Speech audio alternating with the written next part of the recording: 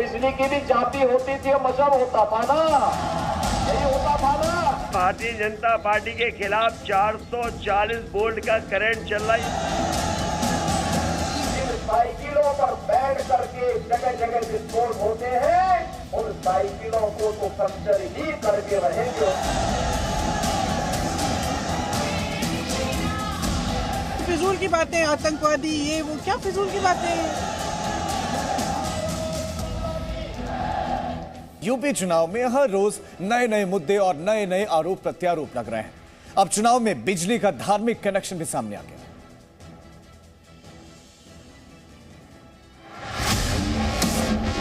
कहते हैं विज्ञान का कोई धर्म नहीं होता।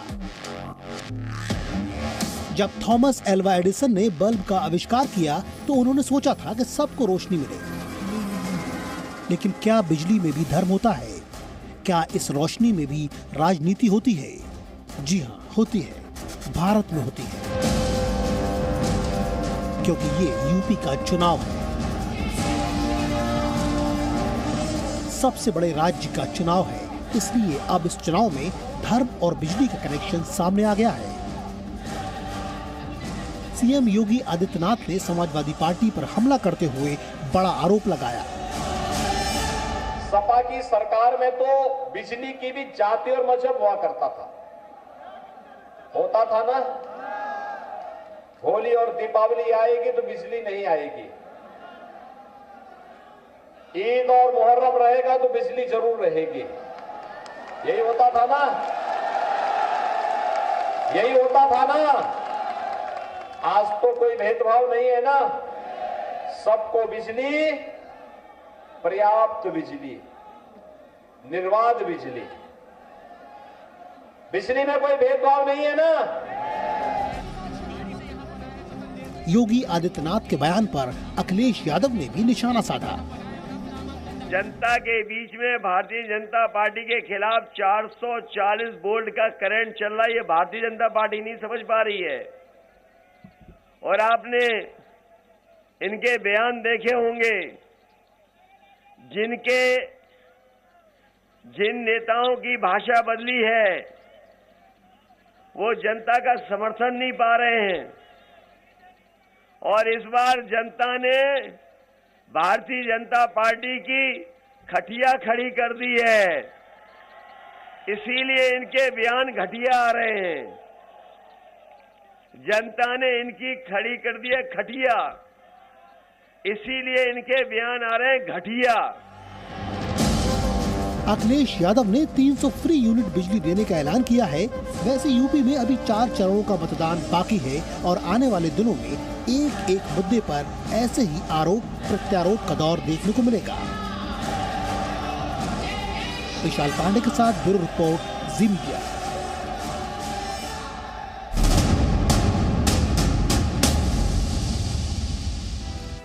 तो यूपी चुनाव में आरोप प्रत्यारोप तो जारी है। गर्मी को लेकर जो बयान दिए जा रहे हैं वो ठंडी नहीं हो रहे हैं। हर कोई एक दूसरे को कह रहा है। 10 मार्च का इंतजार कीजिए।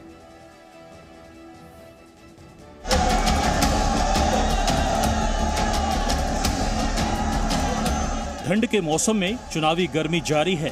चिंता मत करो, 10 मार्च को आने दीजिए, सरकार सारी गर्मी शांत होगी। नेताओं पर आरोप प्रत्यारोप की बौछार हो रही है। ये जो गर्मी निकालने की बात कर रहे थे, जैसे ही पहले चरण की जनता ने वोट डाला, भारतीय जनता पार्टी के नेता कार्यकर्ता ठंडे पड़ गए।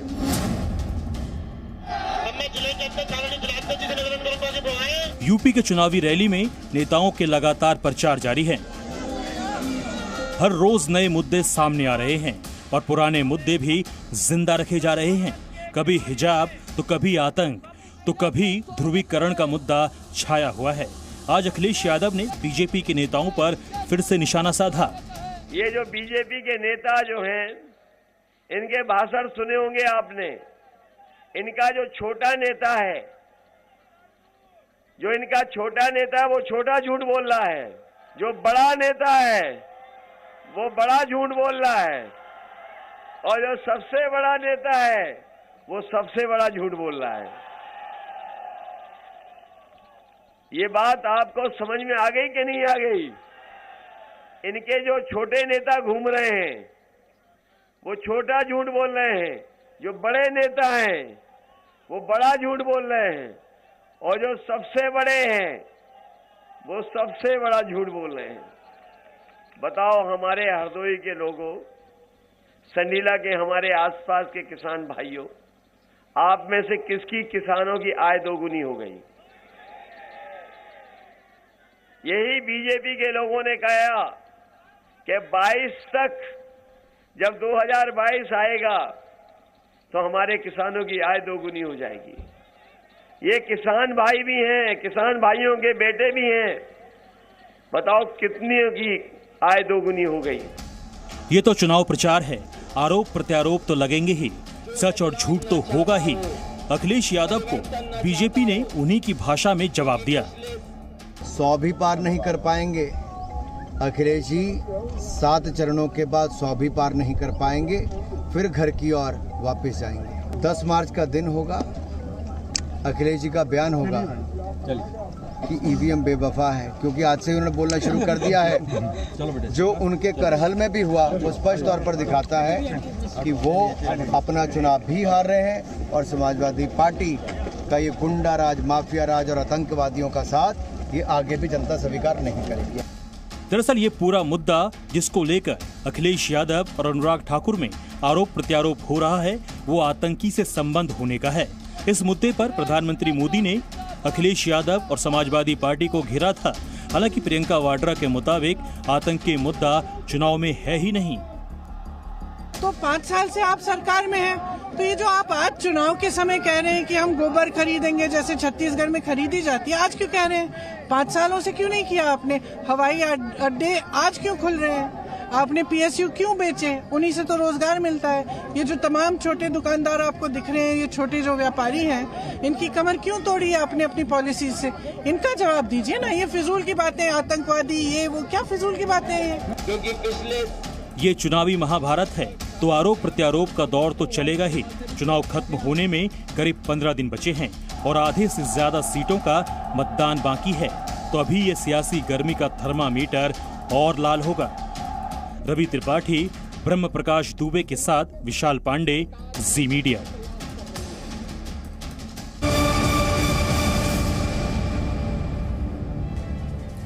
उधर हिजाब का विवाद थमने का नाम नहीं ले रहा है और अब तो AIMIM अध्यक्ष असदुद्दीन ओवैसी वीडियो जारी कर हिजाब पर बयान दे रहे हैं। वैसे आपको जानकर आश्चर्य होगा कि हिजाब विवाद अब बैंक में भी पहुंच गया है।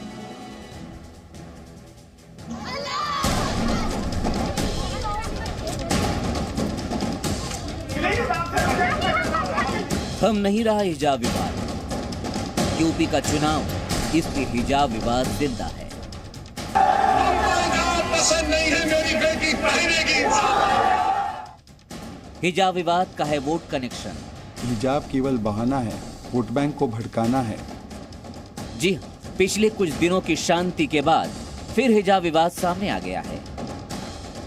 AIMIM अध्यक्ष असदुद्दीन ओवैसी ने फिर से हिजाब विवाद को लेकर भड़काऊ बयान दिए हैं। ट्वीट कर ओवैसी ने एक वीडियो शेयर किया।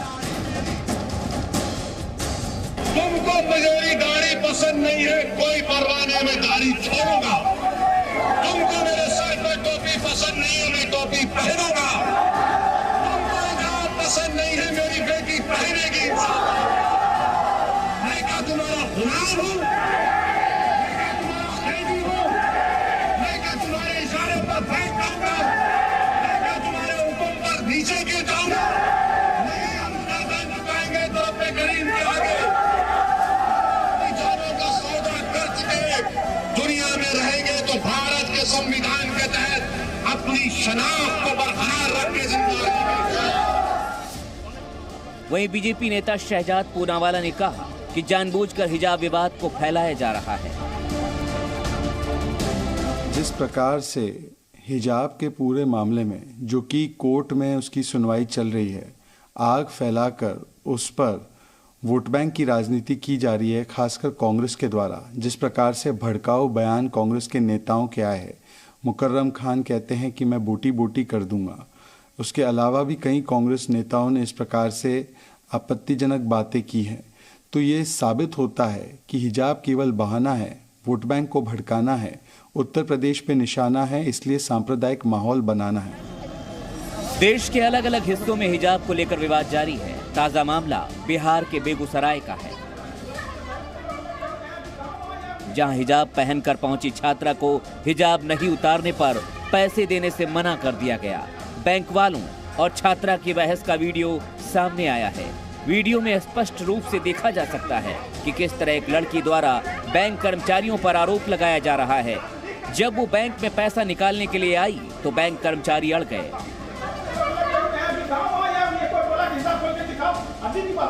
और हिजाब हटाने के बाद ही पैसे देने की बात कही गई, जबकि छात्रा का आरोप है कि वो पहले भी हिजाब में ही निकासी करने आती थी और उसे पैसे दिए जाते थे। मतलब साफ है कि अभी हिजाब विवाद थमता नहीं दिख रहा है। वैसे भी जैसे ही हिजाब विवाद कम होता है, कोई न कोई नेता बयान देकर इस विवाद को फिर से जिंदा कर देता है। ब्यूरो रिपोर्ट, जी मीडिया।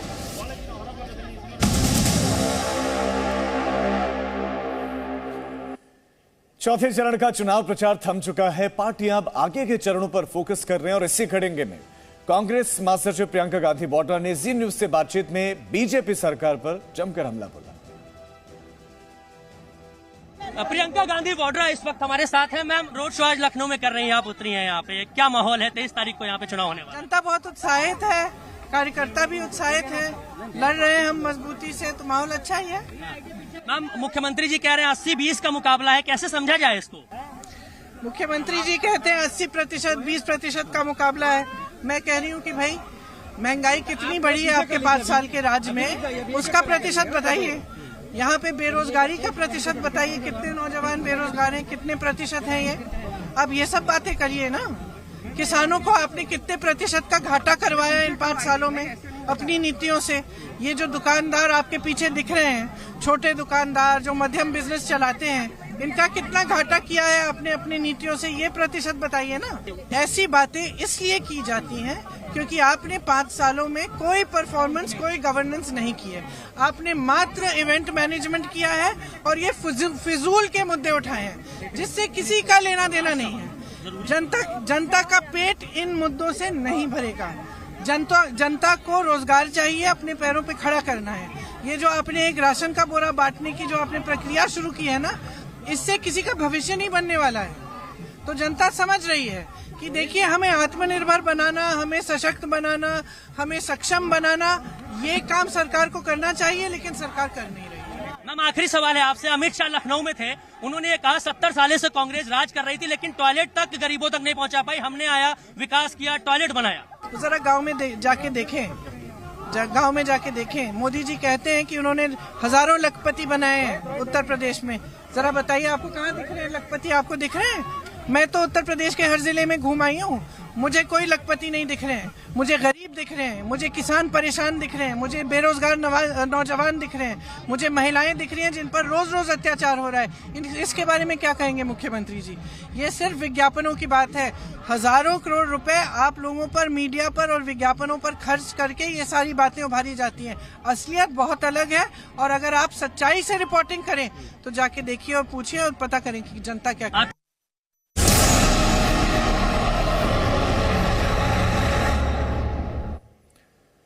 कांग्रेस ने एक बार फिर से धार्मिक तुष्टीकरण की बात की है। जी ग्रुप के अर्थ फेस्टिवल में शशि थरूर ने कहा कि देश में मुसलमानों का सही विकास नहीं हुआ है, वो काफी गरीब है। The only exception is the Muslim community because their middle class, upper middle class, and a good chunk of the elite essentially went to Pakistan. And suddenly they were left as a disproportionately poor, unlettered, marginalized community. Some projects, programs, and subsidies may have been allotted, and there weren't very many, and as I pointed out, there still weren't enough to change this reality. You can abuse it with terms like appeasement, but the actual fact is this is an unusually poor community and an unusually sidelined community by the standards of every other community in our country.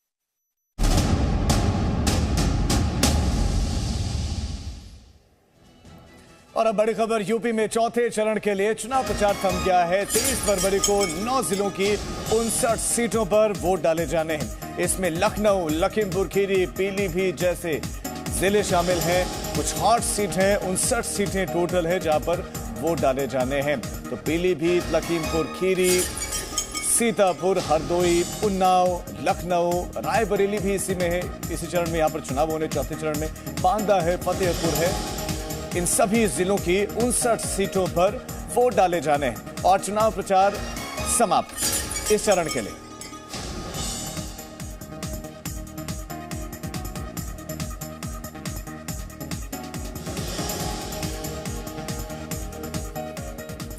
तो मतदान का जो मतदान के लिए अब जो चुनावी प्रचार है वो थम गया है। मतदान होना है 20 तारीख को, माफ कीजिएगा 23 तारीख को, और 9 जिलों की 59 सीटों पर वोट डाले जाने हैं। अभी कौन कौन से जिले हैं और कितनी सीटें किन जिले में, वो आपको सिलसिलेवार बताते हैं। तो चौथे चरण का मतदान 23 तारीख को होना है और किन किन जिलों में, सबसे पहले बात करते हैं जिलों की। तो पीलीभीत जिले, पीलीभीत की अगर हम बात करें तो यहां पर 4 सीटें हैं, 4 सीटों पर जो है वोट डाले जाने हैं। और लखीमपुर खीरी की बात करें, इसके बाद 8 सीटें लखीमपुर खीरी जिले में आती हैं। अगर हम सीतापुर की बात करें तो सीतापुर जिले में टोटल हैं 9 सीटें, 9 विधानसभा की सीटें जहां पर वोट डाले जाने। इसके बाद अगर हम बात करें हरदोई की, हरदोई में 8 विधानसभा की सीटें हैं जहां पर वोट डाले जाने हैं 23 तारीख को। इसके बाद उन्नाव का नंबर आता है, खूब प्रचार हुआ है, 6 विधानसभा की सीटें उन्नाव में है, यहां पर वोट डाले जाने। तो इसके बाद लखनऊ, हॉट सीट, खूब प्रचार यहां पर चल रहा है, 9 विधानसभा की सीटें यहां पर है। और इसके बाद रायबरेली, यहां पर 5 सीटें हैं विधानसभा की जहां पर 23 तारीख को वोट डाले जाने हैं। और इसके बाद अगर हम बांदा की बात करें, रायबरेली के बाद अब बांदा आपके सामने, बांदा में है 4 विधानसभा की सीटें। इन चारों ही सीटों पर 23 तारीख को डाले जाएंगे वोट और प्रचार का शोर समाप्त। और फतेहपुर, जिला फतेहपुर, 6 सीटें हैं विधानसभा की, यहां पर 23 तारीख को डाले जाएंगे वोट। तो चौथे चरण में मतदान यहां पर, और सीटें कितने हमने सिलसिलेवार आपको बताया। और एक और बड़ी खबर इस वक्त आपको देते हैं। लगातार प्रचार चल रहा था और प्रियंका गांधी वाड्रा ने बीजेपी पर निशाना साधा था, लेकिन इस बीच में केंद्रीय मंत्री अनुराग ठाकुर का प्रियंका गांधी वाड्रा पर पलटवार। राष्ट्रीय सुरक्षा के मुद्दों को नहीं समझती हैं प्रियंका। अहमदाबाद ब्लास्ट पर भी प्रियंका गांधी वाड्रा चुप थी, अनुराग ठाकुर ने कहा। अनुराग ठाकुर जोरदार प्रचार प्रसार कर रहे हैं अपनी पार्टी के लिए और इस वक्त इंदवारी में है। अनुराग जी, कि अब चौथे चरण का मतदान होने जा रहा है, क्या है अब आप लोगों को उम्मीद? आप जोश देख रहे हैं और बुंदेलखंड में हमने पहले भी देखा है, एक तरफी हवा चलती है भारतीय जनता पार्टी की और सफाई होती है बसपा सपा कांग्रेसाई की। अनुराग जी, जिस तरह से कर्नाटक में एक बजरंग दल के कार्यकर्ता की हत्या हुई चुनाव के दौरान हिजाब के विवाद को लेकर, ऐसा आरोप है, लेकिन राहुल गांधी और प्रियंका गांधी का एक भी ट्वीट नहीं है, ना और किसी नेता का। देखिए, अहमदाबाद बम धमाकों पर भी उन्होंने कुछ नहीं कहा, सपा भी चुप रही और सपा के तार आतंकवाद से जुड़े सबको नजर आया। आज प्रियंका गांधी ने कहा कि आतंकवाद फजूल की बात है, राष्ट्रीय सुरक्षा फजूल की बात है। जिनके लिए राष्ट्रीय सुरक्षा और आतंक फजूल की बात है, क्या ये उन शहीदों का अपमान नहीं कर रहे? क्या भारत के लोगों की सुरक्षा पर एक बड़ा प्रश्न चिन्ह खड़ा नहीं कर रहे? क्या देश की सेनाओं की योगदान पर प्रश्न चिन्ह खड़ा नहीं कर रहे? Presenting B News app, available on Google Play and App Store. Download it now.